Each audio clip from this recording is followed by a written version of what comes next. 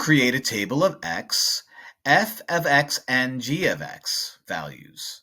I read that very poorly. It's given that h of x is g of f of x. Ooh, a composite function. Given the table, find h of 1. All right, so h of x. Let me get my colors. Equals g of f of x.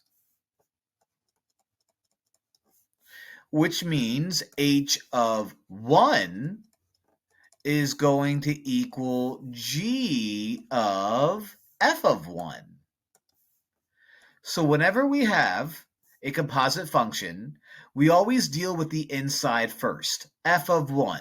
That means I take my f column, which is u, I replace x with 1 and find out that 1 maps to 3.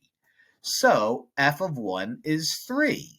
So h of 1 equals g of 3.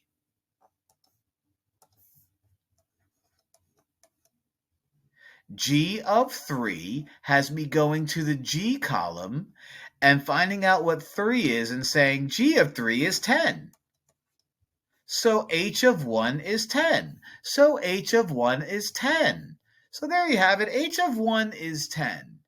Composite functions involving tables, pretty easy stuff if you know what you're doing. I mean, all of this is easy if you know what you're doing, but, this one's not so bad at all. Hope this helps.